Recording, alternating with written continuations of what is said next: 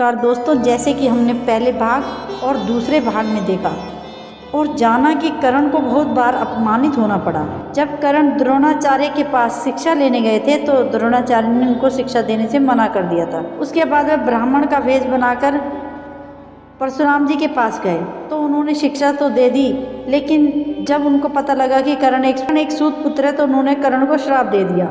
और जब उनका गुस्सा शांत हुआ तो उसके बाद उन्होंने कर्ण को विजय धनुष भी दिया और उसके बाद कहा कि जब तक तुम्हारे हाथ में विजय धनुष रहेगा तब तक तुम्हें कोई असुर या कोई भी तीनों लोक के देवता भी नहीं हरा पाएंगे। यह बात श्री कृष्ण जी कहते हैं। यह बात श्री कृष्ण भी कहते हैं कि अगर जब कर्ण के पास विजय धनुष उसके हाथ में होगा तब तक उसे कोई नहीं हरा पाएगा। मैं क्या, तीनों लोग मिलकर भी नहीं हरा पाएंगे।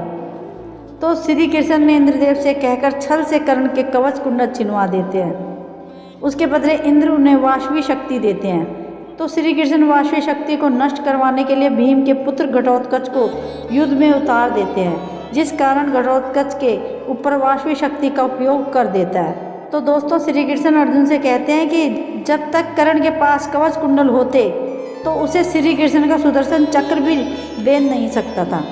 तो दोस्तों, सबके मन में सवाल आता है कि श्री कृष्ण तो परमात्मा थे, उनका सुदर्शन चक्र कर्ण के कवच को क्यों नहीं बेच सकता था।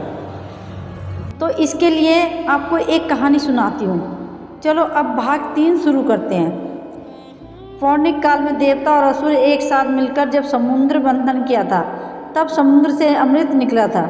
असुर भी उस अमृत को पीकर अमर होना चाहते थे। तब भगवान विष्णु ने एक लीला रची। उन्होंने मोहिनी का रूप धारण किया और उनके इस रूप से असुरों को मोहित करके उनसे अमृत ले लिया। उस अमृत को पी रहे थे तब एक असुर उसे पीने के लिए देवताओं के बीच में छुप गया।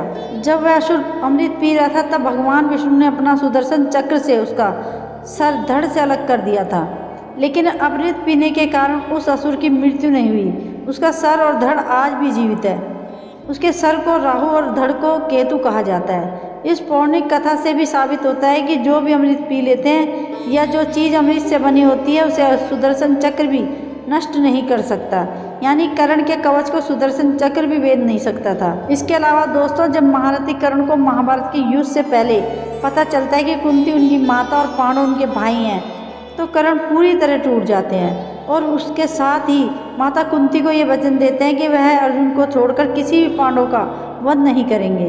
दोस्तों, अगर महारथी कर्ण जीतने के मकसद से युद्ध करते तो यह वचन माता कुंती को वह कभी नहीं देते।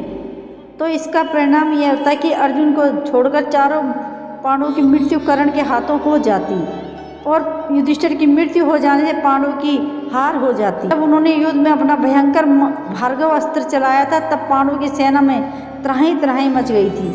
यहाँ तक कि अर्जुन भी रणभूमि छोड़कर भागने पर मजबूर हो गए थे।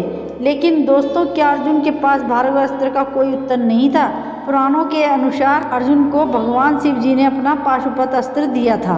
वह चाहते तो अपने पाशुपत अस्त्र से कर्ण के भार्गव अस्त्र को नष्ट कर सकते थे। फिर ऐसा क्यों नहीं किया था? फिर भी उन्होंने ऐसा क्यों नहीं किया था? तो दोस्तों, महाभारत में एक प्रसंग आता है जिसके अनुसार अर्जुन पाशुपत अस्त्र का ज्ञान भूल चुके थे। उनके पास पाशुपत अस्त्र का ज्ञान नहीं रहा था। बाद में भगवान श्री कृष्ण जी की कृपा से अर्जुन को पुनः पाशुपत अस्त्र की प्राप्ति हुई थी।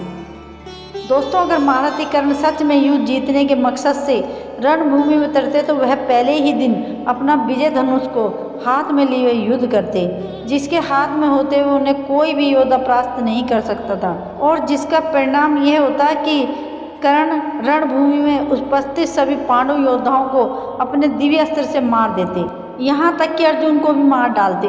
यह बात स्वयं श्री कृष्ण ने कर्ण की मृत्यु के समय अर्जुन से कही थी कि हे अर्जुन, अगर कर्ण का विजय धनुष कर्ण के हाथ में आ गया तो मैं तो क्या, भगवान शंकर भी तुम्हें नहीं बचा पाएंगे।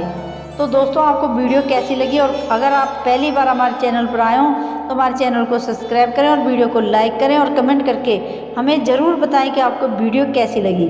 थैंक यू सो मच दोस्तों।